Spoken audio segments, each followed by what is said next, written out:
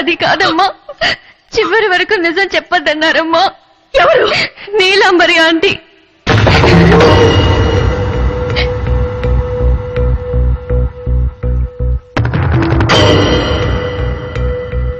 నీలాంబరికి నీ పెళ్లికి ఏమిటి సంబంధం? వాళ్ళ అన్నగారు అబ్బాయినే నాన్న నేను ప్రేమించింది. ఈ సంగతి ముందెందుకు చెప్పలేదు? అలా చెప్తే మీ నాన్న ఈ పెళ్లికి ఒప్పుకోరు. ఊరి మధ్యలో ఆ భగవంతుడి సన్నిధిలో నీ అభిప్రాయాన్ని చెప్తే ఎవరు దాన్ని ఆపలేరు. నువ్వు ప్రేమించిన వాడికేచి పెళ్లి చేస్తారని నీలాంబరి ఆంటీనేమో చెప్పింది. వాళ్ళ అన్నయ్య కొడుకుని పెళ్లికి తీసుకొస్తానని చెప్పి చివరి దాకా రానే లేదమ్మా. ఇలా రామ్మా. పిలుస్తున్నారుగా, వెళ్ళు.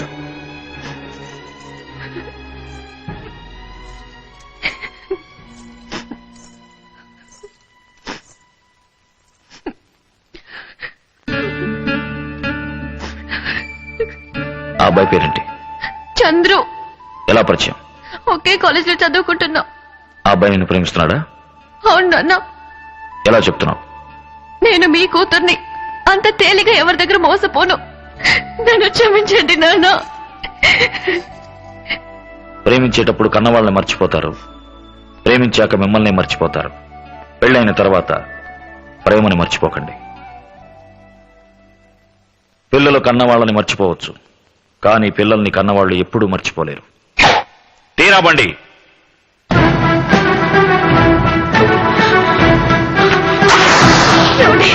అక్కడికి వెళ్ళొద్దండి. నా మాట వినండి. వద్దండి. ఏమండి? నేను చెప్పేది.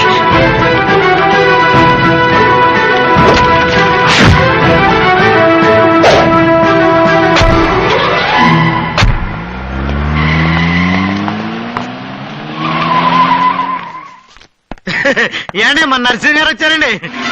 ఎవరు? అదేనండి, వీరుడు ధీరుడు సూర్యుడు మన నరసింహ గారు. ఈ వయసులో కూడా అట్టా ఉన్నారు తెలుసా అండి. అప్పుడు చూసినట్టే ఉన్నారు అనుకోండి. తమరు కూడా అట్టాగే ఉన్నారు అనుకోండి. లోపలికి రమ్మని. అట్టాగానండి. ఎట్టండి?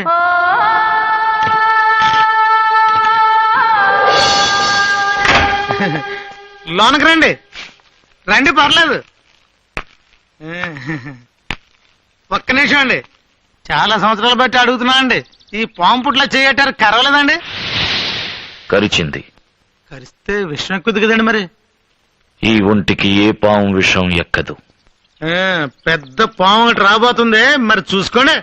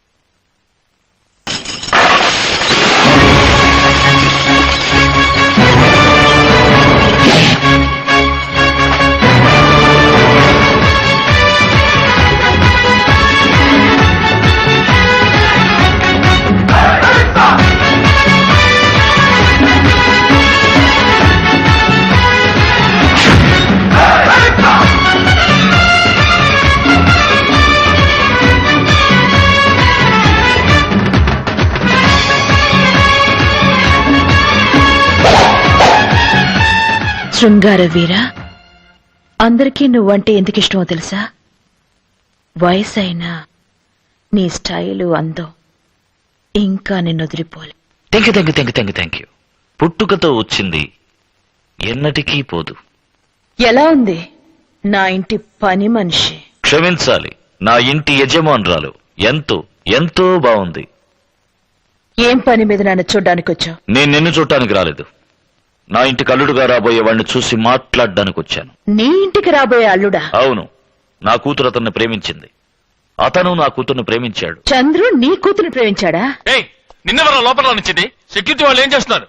నువ్వేంటమ్మా వీణి విజయాలేసి కూర్చోబెట్టావు? షో ఎందుకు అరుస్తావు? నీ కొడుకుని పిలువు, ఏమిటో మాట్లాడతాట. నా కొడుకు వీడితో మాట్లాడాలా? ఏం మాట్లాడాలా? ఎందుకు మాట్లాడాలి? పిలువు. రే చంద్రు, ఏమ్మా ఎలా ఉన్నావు? బావున్నా?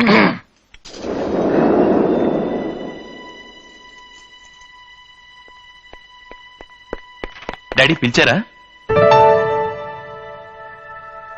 మీ మావయ్య నీతో ఏదో మాట్లాడడానికి వచ్చాడు. మావయ్య? హ, ఒకవేళ మిమ్మల్ని చేసుకునుంటే అత్తమ్మగుడు కదా అని మావయ్య అని పిలిచేవాడిని. ఇప్పుడెలా అవుతాడు మావయ్య? నీకు అర్థం కాలేదురా. ఆయన కూతుర్ని నీకు కట్టబెట్టి నీకు మావగారవ్వాలనుకుంటున్నాడు. అందుకు వాళ్ళ అమ్మాయికి అదృష్టం ఉండాలి. ఆయన ఇప్పుడు అన్నాడు నువ్వు ఆయన కూతురు ఒకరినొకరు ప్రేమించుకుంటున్నారట. కాలేజీలో చాలా మంది నన్ను ప్రేమిస్తున్నారు, కానీ నేను ప్రేమించాలిగా. ఒకవేళ వాళ్ళ అమ్మాయి అంతగా నన్ను ప్రేమిస్తే ఇంటికి రమ్మని చెప్పండి, ఉంచుకుంటాను పని మనిషిగా.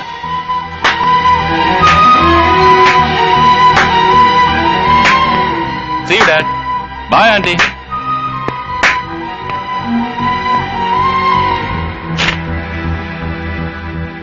వివాహ పత్రిక నీకే తీసుకో. వివాహం ఎవరికో తెలుసా? ఇప్పుడు వెళ్ళాడే నా కొడుకు, వాడికి. ఉమాకాంత్ తెలుసా? ఉమాకాంత్ నీకన్నా 100 రెట్లు ఎక్కువ డబ్బున్నవాడు. అతని కూతురికి వివాహానికి తప్పకుండా నువ్వు రావద్దు. మినిస్ట్రీతో వివాహం కదా, లోపల రానివ్వరు. ముహూర్తం ఎప్పుడో తెలుసా? నువ్వు మీ ఊళ్ళో అందరి ముందు ప్రమాణం చేశావే, వచ్చే ముహూర్తానికే నా ఇద్దరి కూతుళ్ళకి పెళ్లి, అది జరగకపోయిందా ఈ నరసింహం ఊపిరి ఆగిపోతుందని. అదే ముహూర్తానికి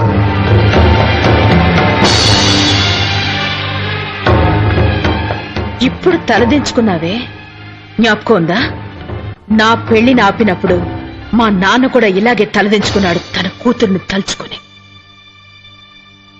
ఇచ్చిన మాట నిలబెట్టుకోలేకపోయి అవమానపడ్డా మా నాన్న ఊరేసుకున్నాడే. అదే విధంగా ఊరందరి ముందు చేసిన ప్రమాణం కాపాడుకోలేకపోయి అవమానపడి నువ్వే ఊరేసుకోవాలి. అది చూసి నేను సంతోషపడాలి. అప్పుడే మా నాన్న ఆత్మ శాంతిస్తుంది. మనసారా ప్రేమించిన వాడు దక్కకుండా నేను ఎలా తల్లడిల్లానో అదే విధంగా మనసారా ప్రేమించిన వాడు దక్కలేదని నీ కూతురు కూడా జీవితాంతో తల్లడిల్లాలి. నా ఇంటి పని మనిషి, నా జీవితం నాశనం చేసిన నీ ఇంటి యజమాని తన కూతురి జీవితం ఇలా పాడైందే అని తలుచుకొని క్షణ క్షణం కుళ్ళి కుళ్ళి చావాలి. అదే 18 సంవత్సరాలుగా ఒకే గదిలో అనుభవించిన అజ్ఞాతవాసం తర్వాత ఈ నీలాంబరికి జరగబోయే పట్టాభిషేకం.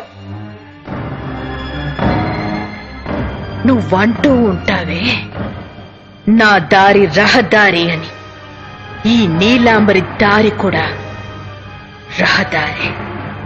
ఇక మీదట నీ ఆటలు నా దగ్గర సాగవు. అబ్బా అబ్బా అబ్బా, ఏం ప్లానింగ్, ఏం ప్లానింగ్. నువ్వు గనక రాజకీయాల్లోకి వస్తే తర్వాత అందరూ నీ దారిలో నడవాల్సిందే అనుకో. కావాలంటే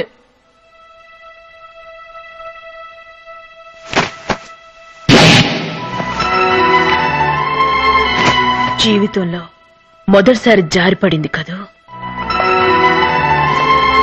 నేను శాలువా అప్పుడప్పుడు మారుస్తాను, కానీ చేయి జాచుకోను. నువ్వు జాచుకో, భద్రంగా ఉంచుకో. ఏంటి జరిగిందంతా మర్చిపోతాననుకున్నావా? రాజకీయవాదులు చేసిన వాగ్దానాలు మర్చిపోవచ్చు, కానీ తిన్న దెబ్బని మర్చిపోరు. రేయ్ తలుపు తెరవండ్రా, నరసింహం గారు పెడతారు.